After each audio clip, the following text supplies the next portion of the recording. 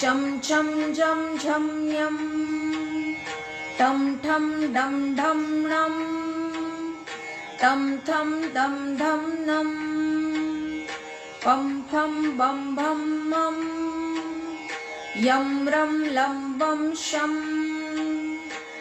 सं हं लं क्षं ज्ञं ॐ.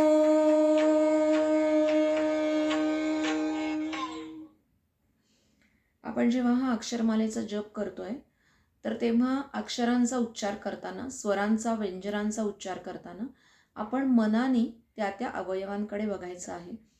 म्हणजे उदाहरण सांगायचं झालं तर सगळे स्वर हे चेहऱ्यासाठी आहेत.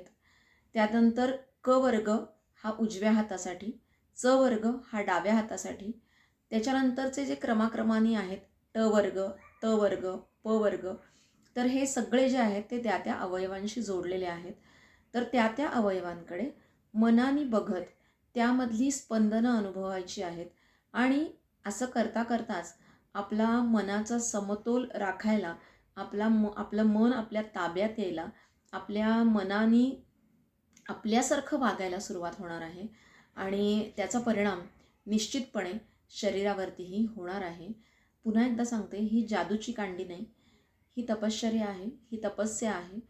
11 आवर्तनं तुम्ही जेव्हा महिनाभर, 2 महिने, 3 महिने कराल तेव्हा थोडंफार तुम्हाला बदल झालेला अनुभवता येईल. पण तो निश्चितपणे अनुभवता येईल आणि तो कायमचा असेल अशी मला खात्री आहे.